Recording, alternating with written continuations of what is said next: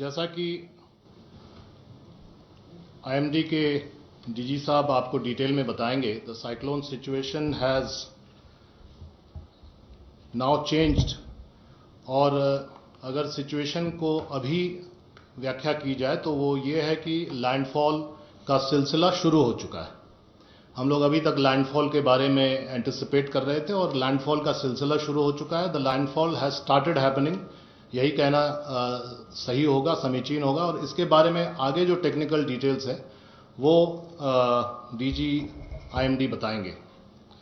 मैं आपको एनडीआरएफ की जो प्रिपेयर्डनेस है और एनडीआरएफ ने जो कुछ अभी तक किया है उसके बारे में थोड़ी तफसील से बताऊंगा। मैं इसको रिपीट कर रहा हूं कि हम लोग अभी भी क्लोज वॉच रख रहे हैं, क्योंकि situation is a fast changing transforming situation. और ऐसा नहीं है कि एनडीआरएफ की ड्यूटी या किसी भी एजेंसी की ड्यूटी साइक्लोन के परिप्रेक्ष्य में खत्म हो जाती है साइक्लोन के लैंडफॉल के बाद। इनफैक्ट साइक्लोन के लैंडफॉल के बाद काम एक्चुअली शुरू होता है और साइक्लोन के पोस्ट साइक्लोन सिचुएशन में रिकवरी रेस्टोरेशन का काम शुरू होता है। तो this is a long haul. और अभी हम लोग ये कहा जाए कि 24 घंटे से ज़्यादा का समय का अंतराल हम लोग जहन में रख रहे हैं, तो ये गलत नहीं होगा।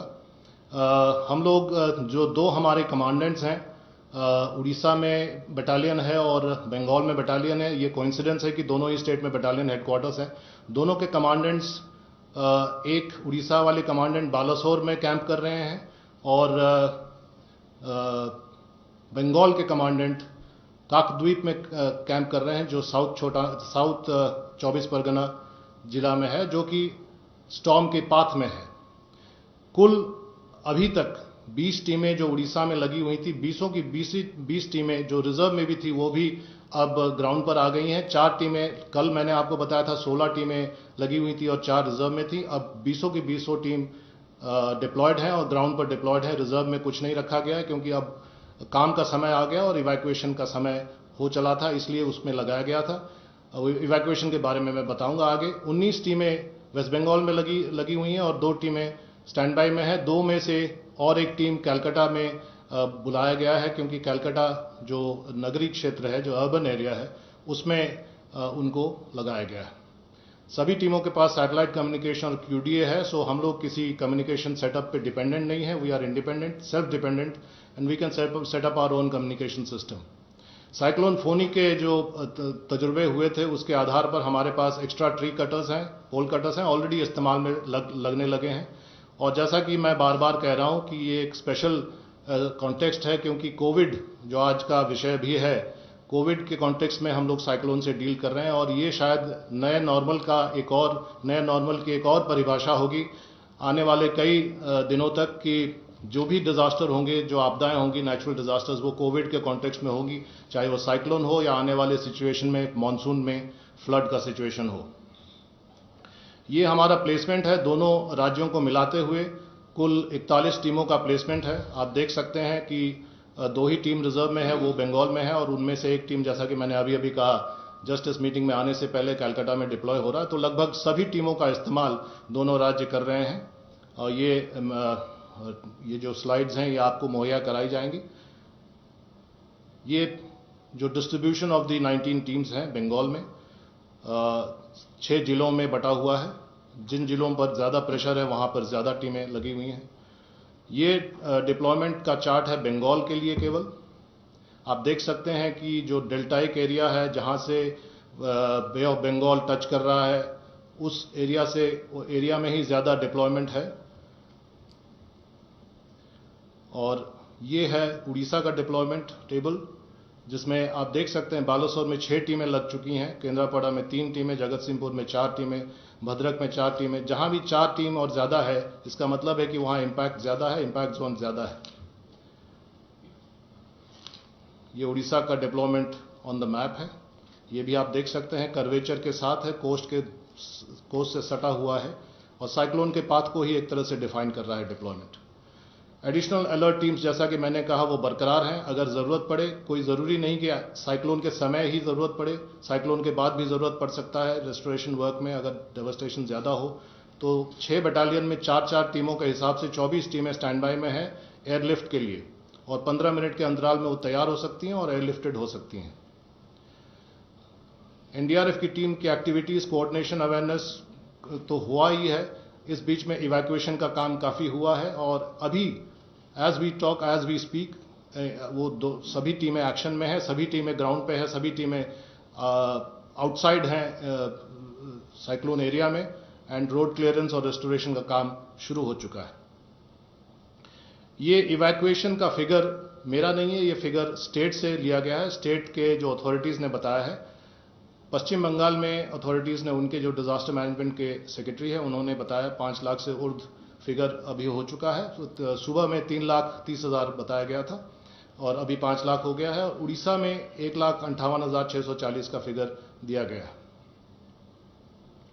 ये कुछ एक्टिविटीज़ हैं ऑन ग्राउंड। नामखाना में साउथ 24 परगना में अवेयरनेस प्रोग्राम। ये नामखाना की सिचुएशन, जो प्रेजेंट सिचुएशन, जो हवा का बहाव है, आप देख सकते हैं। लोकल पीपल्स शेल्टर होम में भी एनडीआरएफ जाके काम कर रही है, मदद कर रही है। सैनिटाइजेशन का काम और सोशल डिस्टेंसिंग का काम उसमें मदद कर रही है। सागर आइलैंड का प्रेजेंट सिचुएशन, काकद्वीप, जहां पर मेरे कमांडेंट कैंप कर रहे हैं, जो कि ब्लॉक हेडक्वार्टर्स है। ये एक्टिविटीज दीघा में है। ऑलरेडी रेस्टोरेशन का काम शुरू हो गया, जैसे आप देख रहे हैं ईस्ट मेदिनीपुर रामनगर में तार और पेड़ कटे हुए हैं, तो ऑलरेडी रोड क्लियरेंस का काम एनडीआरएफ शुरू कर चुकी है। ये साइक्लोन शेल्टर्स में और गांव में जाकर वो जो भी सुविधा देने का काम, including saving of cattle and resettling cattle also is being helped by the NDRF. अभी भी प्रचार प्रसार और इवैक्यूएशन का काम कहीं कहीं पर जारी है। और ये कुछ सिचुएशनल फोटोग्राफ्स दिन भर के जगतसिंहपुर उड़ीसा में, बालासोर में, केंद्रापड़ा में,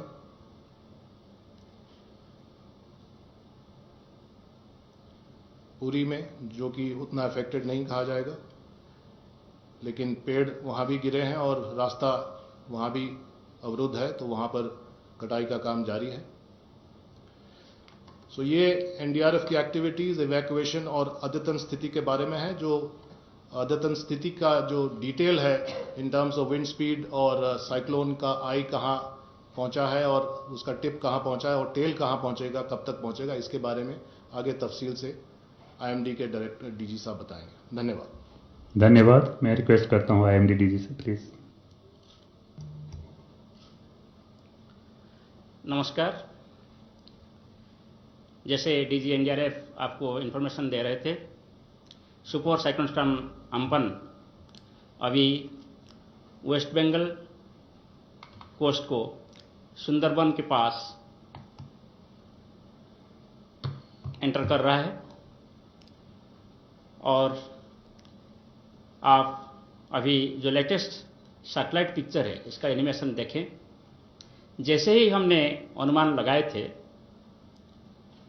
16 को, जब ये डिप्रेशन फॉर्मेशन हुआ था, कि ये इनिशियली उत्तर पश्चिम दिशा में जाकर बाद में उत्तर पूर्व दिशा में गति परिवर्तन करेगा और 20 तारीख को शाम तक यहाँ वेस्ट बंगाल और बांग्लादेश तट के पास पहुंचेगा। इस चित्र से आपको ये प्रतीत हो रहा होगा कि ये कैसे ऐसे ही मूव करके अभी वेस्ट बंगाल कोस्ट को सुंदरबन के पास अतिक्रमण कर रहा है।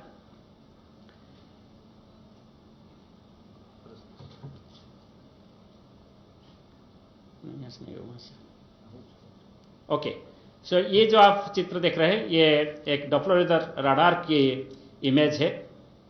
इसमें आप देख रहे होंगे जो एक सर्कुलर स्ट्रक्चर दिखाई दे रहा है राइट साइड में, ये आई ऑफ द साइक्लोन है। और इसके साथ जो लेफ्ट साइड में ज़्यादा रेडिश और येलोइश कलर दिखाई दे रहा है, वो सभी डेंस कन्वेक्टिव क्लाउड्स होता है। इसके साथ बहुत बारिश होता है। तो ये जब साइक्लोन कल मूव हो रहा था, कल रात से इसका इम्पैक्ट उड़ीसा के ऊपर शुरू हो गया। तेज बारिश के साथ विंड स्पीड धीरे धीरे बढ़ने लगा और आज सुबह सबसे ज़्यादा विंड स्पीड 106 किलोमीटर प्रति घंटा रिकॉर्ड हुआ है उड़ीसा में, पारादीप में। बालासोर में अभी तक 91 kilometre per hour wind speed का रिकॉर्ड किया गया है। चांदबाली में 74 kilometre per hour wind speed measure किया गया है। सो इसको देखते हुए जो हमारा पूर्वानुमान था कि जब ये सुपर साइक्लोन ओडिशा तट के पास पैरेलली नॉर्थ नॉर्थ ईस्ट दिशा में गति करेगा, नॉर्थ कोस्टल ओडिशा स्पेशली में ज़्यादा विंड्स रहेंगे और हमारा पूर्वानुमान था कि विंड स्पीड 100 से 110 kmph और गस्टिनेस में 125 kmph हो सकता है। और अभी तक जो ऑब्जर्वेशन हमारे पास आए हैं इसमें हाईएस्ट विंड स्पीड 106 kmph हुआ है। और हमारा भी ये पूर्वानुमान था कि उड़ीसा में heavy to very heavy rainfall होगा और ऐसे ही हुआ है। जो कोस्टल उड़ीसा का जो डिस्ट्रिक्ट्स जैसे बालासोर, भद्रक, केंद्रापड़ा, जगतसिंहपुर वगैरह डिस्ट्रिक्ट्स में भी heavy to very heavy rainfall past 24 hours में रिकॉर्ड किया गया है। जैसे ही आज ये साइक्लोन धीरे धीरे उत्तर उत्तर पूर्व दिशा में गति किया, इसका southern districts of Orissa clear हुआ और नॉर्दर्न डिस्ट्रिक्ट्स में धीरे धीरे विंड स्पीड बढ़ा और बारिश भी। ये जो आप इमेज देख रहे हैं ये अभी का फोरकास्ट है कि ये साइक्लोन अभी क्रॉस कर रहा है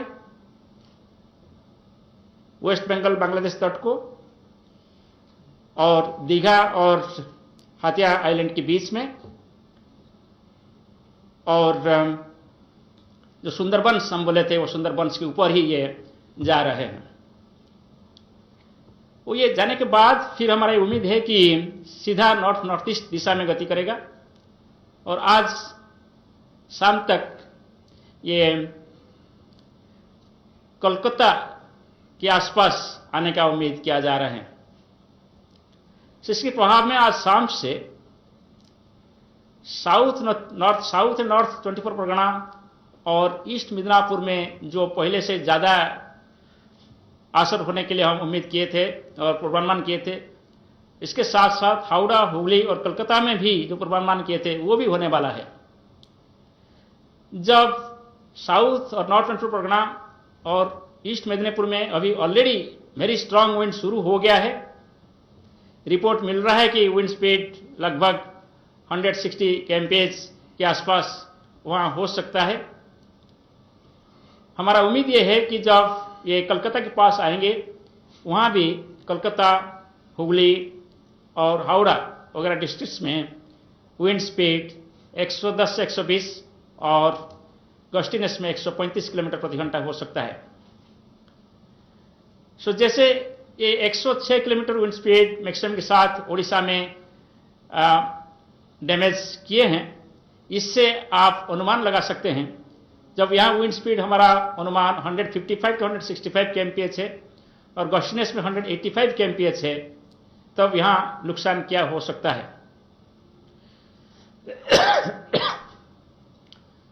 सो इसीलिए हम पहले से ही चेतावनी दिए थे और अभी भी हमारा चेतावनी जारी है। ये हमारा अभी का विंड स्पीड फोरकास्ट है।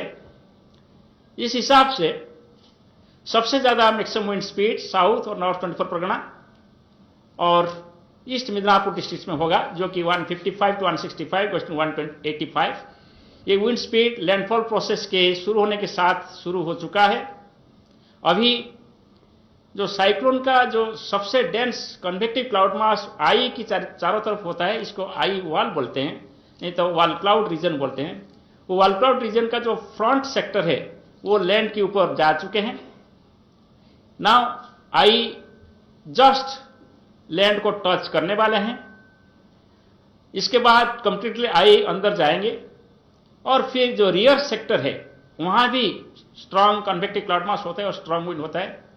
इसलिए वो जो एरिया है साउथ और नॉर्थ चंपारण परगना जहां आई पास कर रहा है, वो एरिया में अभी 2 बार, पहले फ्रंट सेक्टर की वजह से अभी जो स्ट्रांग विंड चल रहा है, हैवी डाउनपोर चल रहा है, सामयिक रूप से आधा घंटा के लिए बंद हो जाएगा। जब आई आ जाएंगे, ये हो सकता है कि स्काई क्लियर हो जाएगा, विंड काम हो जाएगा, पर फिर आधा घंटे के बाद फिर तेजी से बारिश और विंड शुरू होगा। और अभी जो विंड्स वो सेक्टर में ईस्ट से वेस्ट फ्लो हो रहा है, तब वेस्ट से ईस्ट विंड्स होगा। इसलिए जो भी स्ट्रक्चर अभी डैमेज नहीं होगा, जब रियर सेक्टर ऑफ साइक्लोन आएगा तब फिर डैमेज हो सकता है। सो इसलिए जो एरिया में दोनों फ्रंट और rear sector wall cloud region जा रहे हैं, वो आई भी जा रहे हैं, वहां सबसे ज्यादा नुकसान होता है। इसलिए सबसे इंपॉर्टेंट डिवास्टेटिंग एरिया वही तीनों डिस्ट्रिक्ट है। मगर फिर भी वो आप देखेंगे, जो हमारा आज 5:30 बजे का जो पोजीशन है, वो just south east of Calcutta है, वेरी क्लोज टू कलकत्ता। इसलिए कलकत्ता, हावड़ा, हुगली वगैरह में बहुत विंड स्पीड रहेगा, वहां भी एक्सटेंसिव डैमेज हो सकता है। जैसे हम डैमेज काल बोले थे, आज भी हम बोल रहे हैं, uprooting of large avenue trees हो सकता है, बिग ट्रीज हो सकता है, kutcha houses, mud houses, thatched houses, tin houses, asbestos houses में लार्ज स्केल डैमेज हो सकता है। सो वो सभी हम काल बताए थे, फिर दोबारा बता देंगे। सो अभी मैं आपको थोड़ा एक बात आग्रह करने के लिए बोलूंगा कि आपको याद होगा जब हम फोरकास्ट 13 तारीख को हम बताया कि ये साइक्लोन बनेगा। 16 तारीख को जब ये डिप्रेशन में परिणत हो गया था south east bay of Bengal पे, हम इसका ऑब्जेक्टिव ट्रैक यानी पाथ का फोरकास्ट देने लगा ये बैलून के साथ, जो आप देख रहे हैं। ये 16 तारीख का और 17 तारीख का ये है। इसमें आप देखेंगे कि 2 लाइन है, एक रेड कलर का लाइन है और एक ब्लैक कलर का लाइन है। जो रेड कलर का लाइन है तब था वो फोरकास्ट ट्रैक है, मैंने हम फोरकास्ट किए थे कि साइक्लोन ऐसे जाएगा। और जो ब्लैक लाइन आप देख रहे हैं वो एक्चुअल ट्रैक है साइक्लोन का, अभी तक साइक्लोन कैसे गया। सो आप ये दोनों कंपेयर करेंगे तो शायद आप डिस्टिंग्विश कर नहीं पाएंगे वो फिगर में कि ब्लैक कहां है और रेड कहां है, क्योंकि वो दोनों लाइन लगभग एक ही हो गया है। इसका मतलब यही होता है कि जब हम प्रेडिक्शन किए थे, जो साइक्लोन को ट्रैक होने का हम अनुमान लगाए थे, एक्चुअल ट्रैक ऑलमोस्ट वही रहा है। और इसीलिए जो हम पहले से बोल रहे थे कि ये सुंदरबंस के पास जाएंगे और दीघा और हाथिया आइलैंड के बीच, वही अभी हो रहा है। सो जब आपका ट्रैक फोरकास्ट सही होता है, इसके साथ साथ जो विंड फोरकास्ट है, रेनफॉल फोरकास्ट है और टाइडल वेव का फोरकास्ट है, वो भी बहुत सही हो जाता है। ये सिमिलरली 18th का फोरकास्ट है। आप देखिए यहां भी आप ब्लैक लाइन और रेड लाइन पूरा कोइंसाइड कर रहा है, सो फोरकास्ट कंप्लीटली एक्यूरेट है। नेक्स्ट, ये 20th का फोरकास्ट है। आप देखेंगे 19th का फोरकास्ट है। आप ऐसे ही देखेंगे, ये फोरकास्ट सिर्फ हम एक बार बोल दिया कि ये सुंदरबंस के ऊपर जाएगा, नहीं, हम कंटिन्यूअसली कंसिस्टेंटली बोलते रहे, जिसकी वजह से डिजास्टर मैनेजमेंट अथॉरिटीज को कॉन्फिडेंस आता है कि यस फोरकास्ट सही हो रहा है। सो ये फोरकास्ट पर आधार करके सेंट्रल गवर्नमेंट का सभी disaster management authorities, state government का disaster authorities both Orissa and West Bengal मिलित रूप में काम कर रहे हैं। और ये जो डुअल डिजास्टर के हमारे सामने हैं, जैसे पैंडेमिक कोविड-19 है और ये साइक्लोन है, हम इसका सामना कर रहे हैं। Next please. सो ये अभी विंड वार्निंग है। आज शाम तक बालासोर डिस्ट्रिक्ट तक और भद्रक डिस्ट्रिक्ट में 90 से 100 किलोमीटर तक विंड हो सकता है ज़्यादा से ज़्यादा। और शाम के बाद विंड स्पीड बहुत काफ़ी कम हो जाएगा। और नीचे वाले जो डिस्ट्रिक्ट है, Jagatsinghpur, Kendrapara, already wind speed कम हो गया है। अभी सिर्फ 30 to 40 किलोमीटर विंड स्पीड वहाँ रिकॉर्ड हो रहा है। और साउथ कोस्टल डिस्ट्रिक्ट्स में विंड और ज़्यादा कम रिकॉर्ड हो रहा है। सो जैसे हम फोरकास्ट किए थे, नॉर्थ कोस्टल डिस्ट्रिक्ट्स जगत सिंहपुर, केंद्रापड़ा, भद्रक, बालासोर में ज़्यादा ही विंड रिकॉर्ड किया गया है और वहाँ ही कुछ डैमेज का रिपोर्ट है। ये वेस्ट बंगाल का बात करें सो 80 to 90 kmph विंड स्पीड आज सुबह से शुरू हो गया था एलंगन ऑफ वेस्ट बंगाल कोस्ट, यानी ईस्ट मिदनापुर और साउथ एंड नॉर्थ 24 परगना। अभी धीरे धीरे बढ़ा और अभी 155 to 165 गोइंग टू 185 kmph का wind speed east Midnapore, north और साउथ 24 परगना में चालू है, जैसे हमारा एस्टिमेट है और ये भी हमारा फोरकास्ट था। मगर अभी हमारा ये फोरकास्ट है कि कलकत्ता और जो एडजॉइनिंग इंटीरियर डिस्ट्रिक्ट है वहाँ भी विंड स्पीड बहुत तेज रहेगा, 110 से 120, वहाँ भी डैमेज होगा डिफरेंट स्ट्रक्चर्स। और कोलकाता का एक विशेष ये है कि ये एक मेट्रो सिटी है, बहुत सारे होर्डिंग्स होता है, प्रोजेक्टाइल्स जैसे ये होर्डिंग्स भी मूव कर सकता है और कुछ लूज ऑब्जेक्ट भी प्रोजेक्टाइल्स बन सकता है, वो इनडायरेक्टली वो भी बहुत डैमेज कर सकता है। इसके साथ साथ there is slum area and also there are many small scale businesses. So बहुत सारे सोशियो इकोनॉमिक एक्टिविटीज एक मेजर टाउनशिप में होता है, मेजर सिटी में होता है, वो सब अफेक्टेड हो सकता है। ये आज का हमारा रेनफॉल फोरकास्ट है। जैसे हम कल भी बताए थे, हम heavy to very heavy rainfall with isolated extremely heavy rainfall gangetic west Bengal में एक्सपेक्ट कर रहे हैं आज, और बांग्लादेश में भी ऐसे ही हो रहा है। बांग्लादेश में भी विंड स्ट्रांग चल रहा है। आपको ये जानकर खुश होगा कि इंडिया सिर्फ हमारे कंट्री के लिए, इंडिया में हमारे कंट्री के लिए हम सिर्फ फोरकास्ट वार्निंग नहीं दे रहे हैं, बांग्लादेश के लिए भी हम फोरकास्ट वार्निंग दे रहे हैं। इंडिया मेट्रोलॉजिकल डिपार्टमेंट एक regional specialised meteorological centre for tropical cyclones है, वर्ल्ड मेट्रोलॉजिकल ऑर्गेनाइजेशन का रिकॉग्नाइज्ड सेंटर है। हम टोटल 13 कंट्रीज को ट्रॉपिकल साइक्लोन एडवाइजरी देते हैं। हर 3 घंटे ट्रॉपिकल साइक्लोन का एडवाइजरी, टाइडल वेव का एडवाइजरी, हैवी रेनफॉल का एडवाइजरी और स्ट्रॉन्ग विंड का एडवाइजरी देते हैं। Next please. ये 21 तारीख का बारिश है।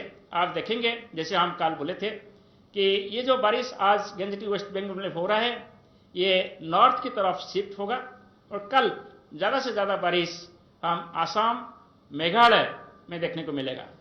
हम भी वहाँ heavy to very heavy rainfall expect कर रहे हैं 21 तारीख को, मगर ये बारिश आज रात को से ही शुरू हो सकता है। Next.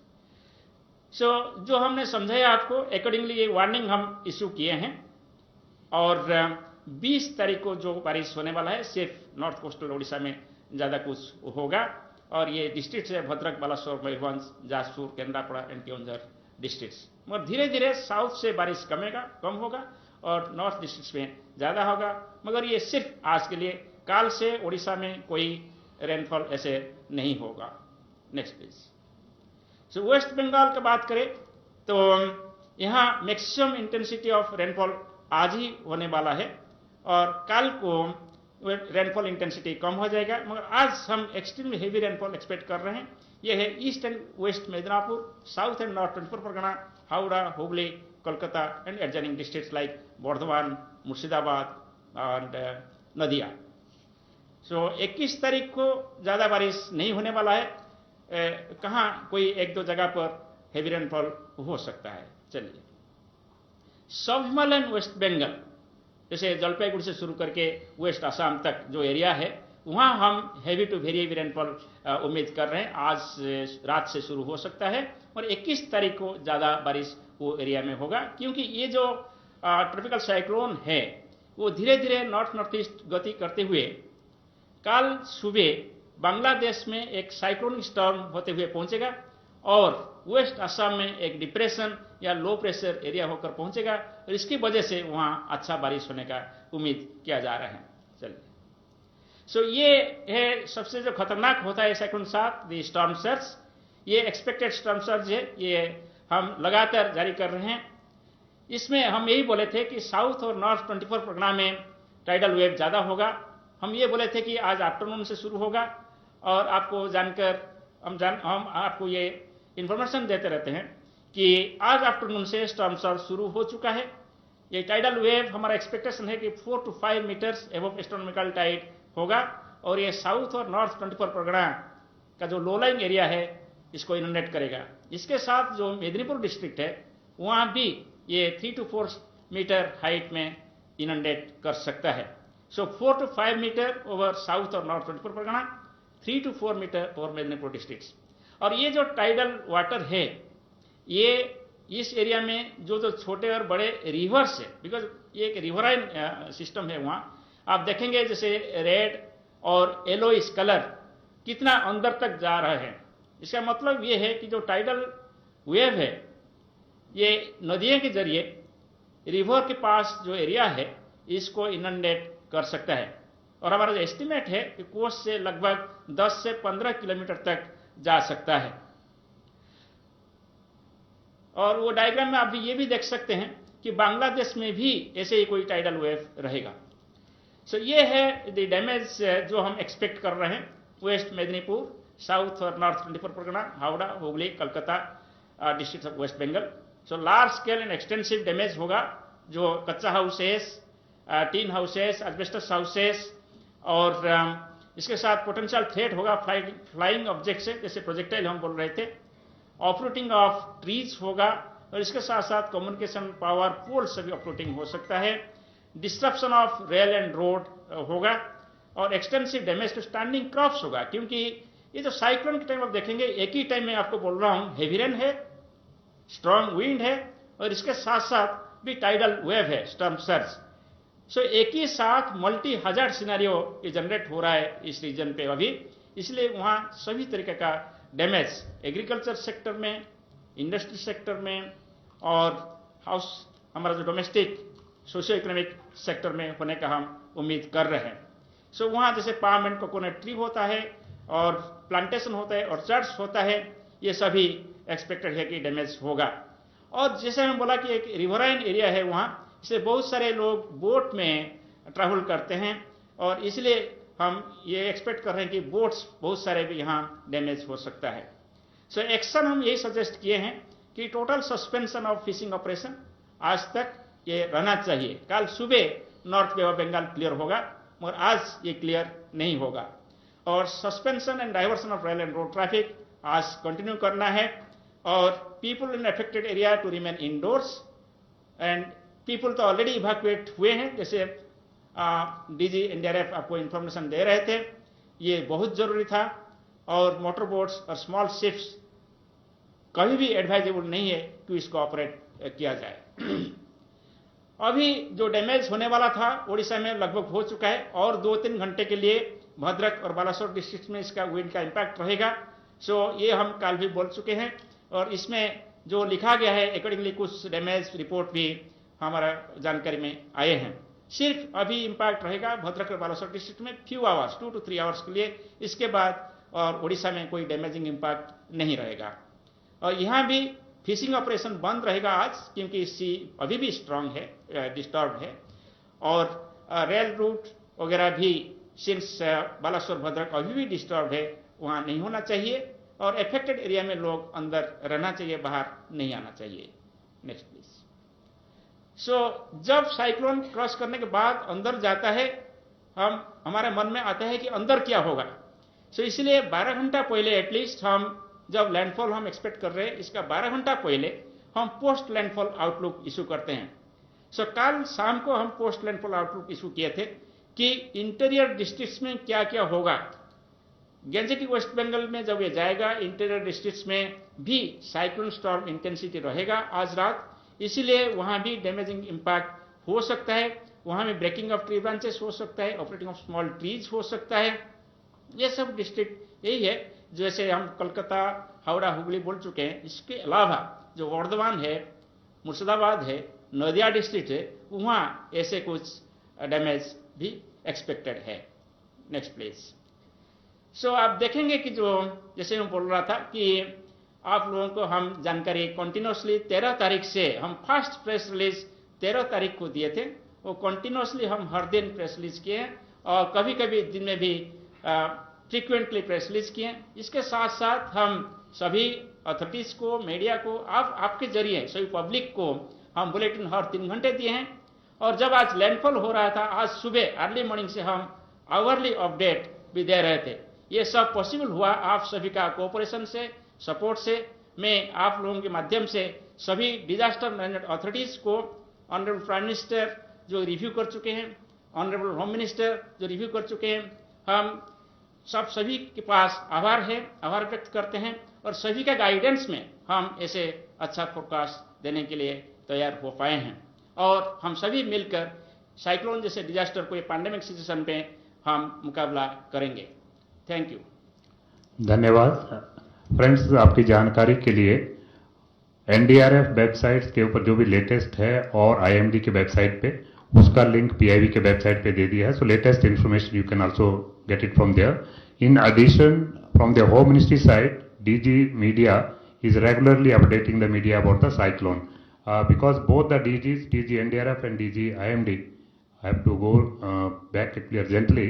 So until unless there is very, very important question, what is briefed to you or the latest situation, I think we will thank both the DGs and they can leave until unless you have anything.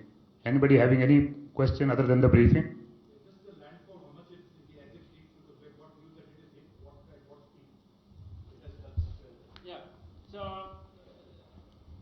Just now I was telling that landfall process started at 2:30 with entry of the front sector of the wall cloud region. The wall cloud region is of width of about 120 kilometers. I has got a diameter about say 40 kilometers. Then rear side also again will have 120 kilometers. So therefore it is moving at present about 25 to 30 kilometers per hour. So the entire process will be completed by about 3 to 4 hours. So it has started and we are hopeful that by 7 o'clock or so the entire cyclone will go into the land. And under its influence, as we are expecting, we have estimated the wind speed of 155 to 165 gusting to 185 kmph at the time of landfall. Thank you very much, sir. Despite being so busy in your schedule, please, we wish all the very best, sir, that we could control. Thank you very much. Friends, now we start with the COVID Health Ministry's briefing. So I'll request my colleague to start from the Health Ministry. जैसे कि हम सबको मालूम है कि almost पिछले 5 महीने से देश ही नहीं पूरी दुनिया कोविड-19 से जूझ रही है। हमारे यहाँ पर भी डे टू डे सिचुएशन जैसे इवॉल्व हो रही है, हम सब लोग कलेक्टिवली इसके बारे में बात करते रहे हैं, मॉनिटर करते आ रहे हैं।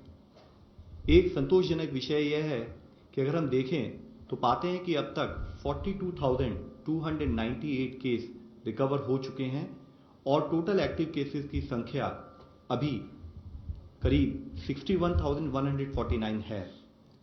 आप सबको अवगत है कि कोविड-19 के तहत जो हमारे एफर्ट रहे हैं वह उसका एक मेजर फोकस रहा है कि टॉप लेवल से मॉनिटरिंग करते हुए साथ ही एक ग्रेडेड रिस्पांस हो, एक प्रोएक्टिव और प्रीएम्प्टिव अप्रोच के तहत हम लोग एडवांस प्लानिंग के तहत काम करते रहे। यह हमारा फोकस रहा है और उसके तहत ही हमने प्रिवेंशन, कंटेनमेंट और मैनेजमेंट ऑफ केसेस इन 3 चीज़ों पर काफ़ी एफर्ट्स किए हैं और उन एफर्ट्स के तहत ही हम लोगों को स्टेट्स के साथ कोऑर्डिनेट करते हुए हम लोग इसमें काम करते आ रहे हैं, जिसके रूप में अगर हम देखें तो हमें कुछ रिलेटिव पॉजिटिव ओवरऑल हमें स्टेटस भी दिखाई देता है। तो जैसे मैं आप लोगों की दृष्टि में लाना चाहूँगा कि जैसे कि माननीय प्रधानमंत्री जी ने कहा था कि कोविड-19 जो है वह जन्म से लेकर जब तक उससे इम्पैक्ट हुआ है, तो हम देखें तो पाते हैं कि अगर पूरे देश की जनसंख्या लें, पूरे दुनिया की जनसंख्या लें, तो पूरी दुनिया की जनसंख्या में करीब 62 केसेस पर लाख पॉपुलेशन कोविड-19 से अफेक्ट हुए हैं और उसके साथ ही उसके कंपैरिजन में अगर हम इंडिया में देखें तो पाते हैं कि करीब 7.9 पीपल पर lakh population of this country got affected because of Covid.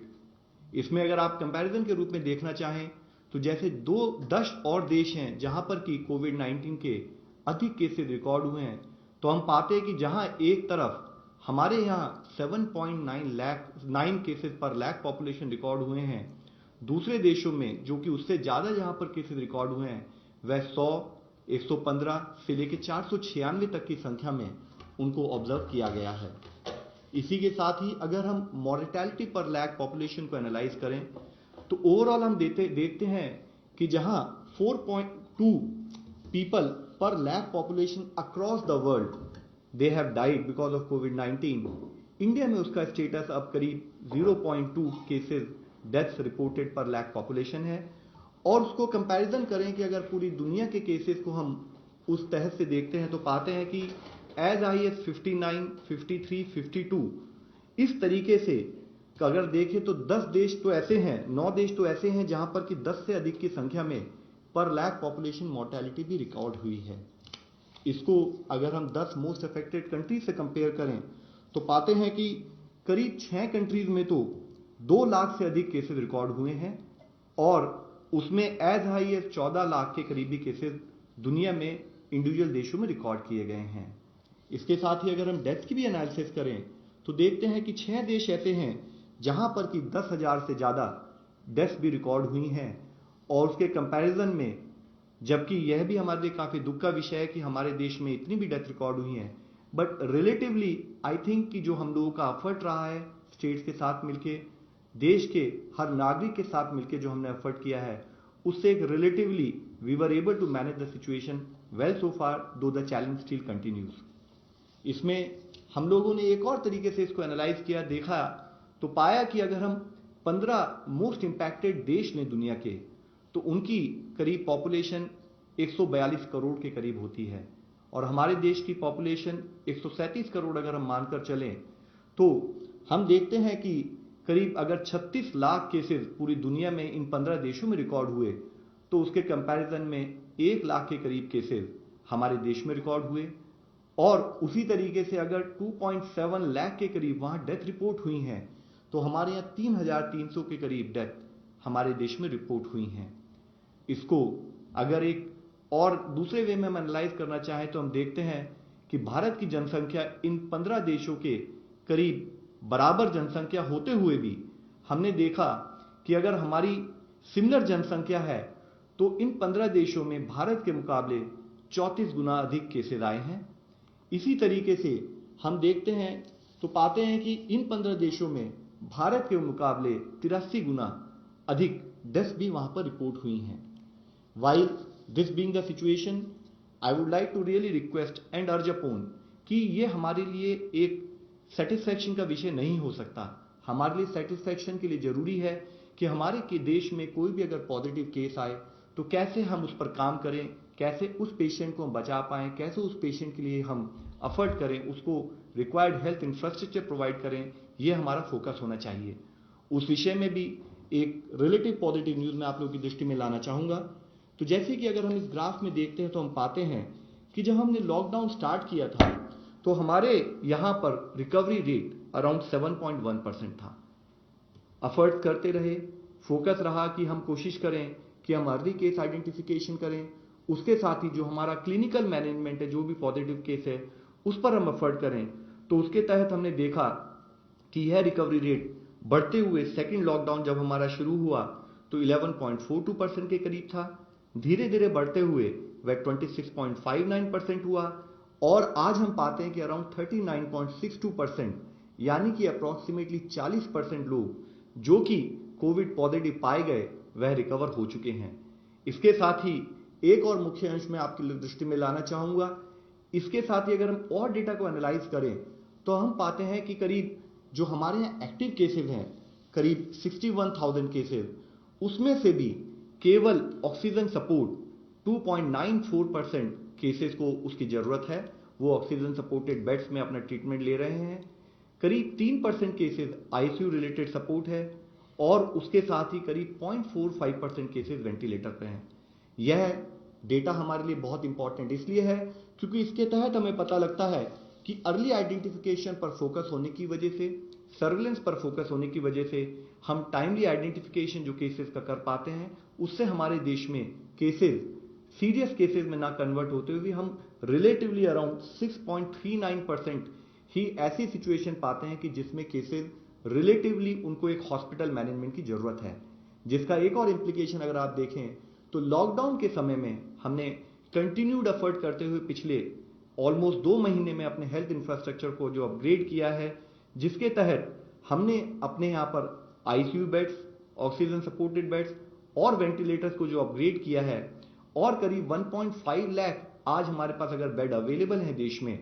साथ ही हमने जो एडिशनल एफर्ट्स और कंटिन्यूस बेसिस पे हम अपने बेड्स को जो अपग्रेड करते आ रहे हैं, तो उससे लगता है कि आने वाले समय में भी अगर हमारे यहाँ केसेस आते हैं तो एक तरफ जैसे हमने बात की है कि 40% केसेस हमारे रिकवर हो चुके हैं और केसेस भी नॉन सीरियस स्थिति में हैं और रिकवरी के रास्ते पर हैं, रिकवरी उनको भी जल्दी हम एक्सपेक्ट करते हैं, तो उसके साथ ही हम केसेस को मैनेज करने के लिए देश के तरह स्टेट्स के साथ मिलकर हर तरह से सक्षम है, मैं आप लोगों की दृष्टि में लाना चाहूंगा। इसके साथ ही हमारा फोकस रहना चाहिए कि जो भी केसेस हैं, जहां पर भी हमारे केसेस आए हैं, वहां हम स्ट्रिंजेंट कंटेनमेंट मेजर्स पर काम करें। हमारे लिए जब तक कि कोई एक वैक्सीन या ड्रग दुनिया और देश मिलकर तैयार नहीं कर लेता, तब तक हमारा फोकस प्रिवेंटिव एक्शन पर रहे। लॉकडाउन एक उसके तहत किया हुआ एक हमारा पब्लिक के साथ मिलकर किया हुआ एक मेजर एफर्ट था। उसके साथ ही हम हैंड हाइजीन, रेस्पिरेटरी हाइजीन और एनवायरमेंटल सैनिटेशन पर काम करें। फिजिकल डिस्टेंसिंग को एक नॉर्म के रूप में अपनी लाइफ में लाएं। मैं अंत में आप सबसे यही रिक्वेस्ट करना चाहूंगा कि जैसे कि माननीय प्रधानमंत्री जी ने कहा था कि जो ये इंडिया की बैटल है कोविड-19 के अगेंस्ट, यह पीपल ड्रिवन है और इसके लिए जरूरी है कि समाज का हर नागरिक हमें अपना सपोर्ट दे, अपने आप को सुरक्षित रखे, अपने साथ को सुरक्षित रखते हुए अपनी फैमिली को सुरक्षित रखे और समाज में अपना योगदान दे, ताकि कलेक्टिवली मिलकर हम इस बैटल को लड़ सकें। धन्यवाद। धन्यवाद। मैं अब रिक्वेस्ट करता हूं गृह मंत्रालय के प्रवक्ता से, मैडम प्लीज। जैसा कि आप जानते हैं, लॉकडाउन को लोकहित में 31 मई तक बढ़ाया गया है और गृह मंत्रालय ने लॉकडाउन से संबंधित नए दिशा निर्देश जारी कर दिए हैं, जिनमें राष्ट्रीय स्तर पर कुछ सीमित गतिविधियां प्रतिबंधित रहेंगी। साथ ही कंटेनमेंट जोन्स में केवल आवश्यक सेवाओं की अनुमति होगी। परिस्थितियों के अनुसार राज्य और केंद्र शासित प्रदेशों की सरकारें अपने अपने क्षेत्रों के लिए दिशा निर्देश जारी कर चुकी हैं। वे स्वास्थ्य मंत्रालय के निर्धारित मापदंड के अनुसार रेड, ऑरेंज, ग्रीन, बफर एवं कंटेनमेंट जोन्स का सीमांकन कर रही हैं। गृह मंत्रालय राज्य सरकारों के साथ मिलकर लॉकडाउन मेजर्स को मॉनिटर कर रही है। धन्यवाद। धन्यवाद। मैं रिक्वेस्ट करता हूँ आईसीएमआर रिप्रेजेंटेटिव से, प्लीज। आज दोपहर को 12:30 बजे तक 25,36,156 टेस्ट हुए थे। कल की अगर फिगर देखे जाए तो दूसरी बार 24 घंटे के अंदर 1,07,609 टेस्ट हुए थे, यानी 1 लाख के ऊपर पिछले 2 दिन वो फिगर जा रही है। इस वक्त टोटल 555 लैब एक्टिव हैं, उनमें से 391 लैब्स जो हैं वो आईसीएमआर के नेटवर्क में के लैब हैं, 164 लैब ये प्राइवेट सेक्टर में है। आईसीएमआर नेटवर्क में तकरीबन 89,466 टेस्ट हुए कल और प्राइवेट सेक्टर में 18,143 टेस्ट हुए। फ्रेंड्स, आज क्योंकि डबल ब्रीफिंग हम लोगों ने दोनों सब्जेक्ट के ऊपर करवाई है, ज़्यादा क्वेश्चन नहीं ले पाएंगे, एक या दो क्वेश्चन ले लेंगे। No, but in between we had the finance also and other things regularly going on. It's not only that we were getting the information every day regularly through the press releases. So because it has been arranged after this gap. So first question online is, देश में corona रोगियों की संख्या बढ़ रही है और containment zone घट रहे हैं, कृपया इसके बारे में जरा स्थिति स्पष्ट करें। Sir, containment zone is a function of कि हमारे केसेस कहां पर आए हैं, उन केसेस का ज्योग्राफिकल स्प्रेड क्या है और उसको पेरीमीटर कंट्रोल कैसे किया जाए। तो अगर कंटेनमेंट जोन का नंबर भी कम होता है तो वह एक्चुअली एक मुख्य अंश नहीं है। मुख्य अंश ये है कि कंटेनमेंट जोन ज्योग्राफिकल स्प्रेड के बेसिस पर कैसे डिलिनेट किया गया है कि उसमें सारे केसेस और उनका एरिया ऑफ इन्फ्लुएंस कवर हो सके, और उसके तहत ही स्टेट्स को डायरेक्शन दी गई हैं कि वे कंटेनमेंट जोन को डिलिनेट करें, कंटेनमेंट जोन के अराउंड एक बफर जोन बनाएं जहां पर फैसिलिटी बेस्ड वह सारी और आईएलआई केसेस की मॉनिटरिंग भी करें। नितिन सिंह फ्रॉम दूरदर्शन। सर, मेरा क्वेश्चन है डिस्चार्ज पॉलिसी जो नई आई है उसके संदर्भ में कि 10 दिन बाद डिस्चार्ज करना है, 7 दिन घर में रहना है। कई लोग ये जानना चाहते हैं कि कितने दिन बाद वो संक्रमण नहीं कर पाएंगे, और दोबारा जब टेस्ट नहीं हो रहा है तो वो दूसरे को संक्रमण नहीं कर पाएंगे, या वो कैसे पता लगाएं कि वो ठीक हो गए। सर, डिस्चार्ज पॉलिसी जो हमने रिवाइज पॉलिसी कुछ दिनों पहले जारी की है उसमें बड़ा क्लियरली बताया गया है कि एविडेंस के बेसिस पर यह पाया गया कि जो केसेस अगर आइदर वो प्री सिम्टोमेटिक हैं या वेरी माइल्ड हैं और या मॉडरेट सिम्टम्स भी थे, अगर उनको 10 दिन तक कोई फीवर नहीं रहता है तो वह उस केसेस में इन्फेक्शन को स्प्रेड नहीं कर सकते। लेकिन इसीलिए उनको हमने एक परमिशन दी है कि 10 दिन बाद they can go back to their home. साथ में हमने ये भी कहा है कि जब वह अपने घर भी जाएं तो वह बाहर ना निकलें, 7 दिन तक घर में आइसोलेट करें और रिक्वायर्ड प्रिकॉशंस लें in terms of management at the quarantine level, ताकि वे हर तरीके से ठीक हो सकें। वह इन्फेक्ट नहीं करेंगे, बेस्ड ऑन एविडेंस ये डिसीजन लिया गया था। ICMR के लिए ऑनलाइन क्वेश्चन है, is HCQ being dropped as a prophylaxis, what will it be replaced with? इसका जो भी एविडेंस अभी हम ले रहे हैं उसके ऊपर एक रिव्यू किया जाएगा और उसके बाद में जो भी डिसीजन होगा वो लिया जाएगा। Ashok Kumar, last question ANI। जैसा कि ये हमें सूचना मिली है, आप लोगों ने बताया कि जून तक ये ग्राफ ऊपर जाएगा, तो क्या हम ये माने कि आने वाले समय में जिस तरीके के नंबर आ रहे हैं पॉजिटिव केसेस के, उसको हम संभाल पाएंगे या क्या हम लोग अब तक उनको संभालने के लिए कर रहे हैं? सर, जैसे कि मैंने आज आपको भी बताया है, बड़ा पॉजिटिव न्यूज़ ये है कि करीब 42,000 केसेस हमारे यहाँ रिकवर हो चुके हैं और आज एक्टिव सुपरविजन में केसेस केवल 61,000 के करीब हैं। और इसके साथ ही जो हमारा मेजर फोकस रहा है कि हम अपना हेल्थ इंफ्रास्ट्रक्चर अपग्रेड करें, और उसमें भी हमने देखा है कि अराउंड ओनली 6.39% केसेस में ही केसेस जो या तो जिनको की ऑक्सीजन सपोर्ट की जरूरत थी या वेंटिलेटर की जरूरत थी या आईसीयू सपोर्ट की जरूरत थी।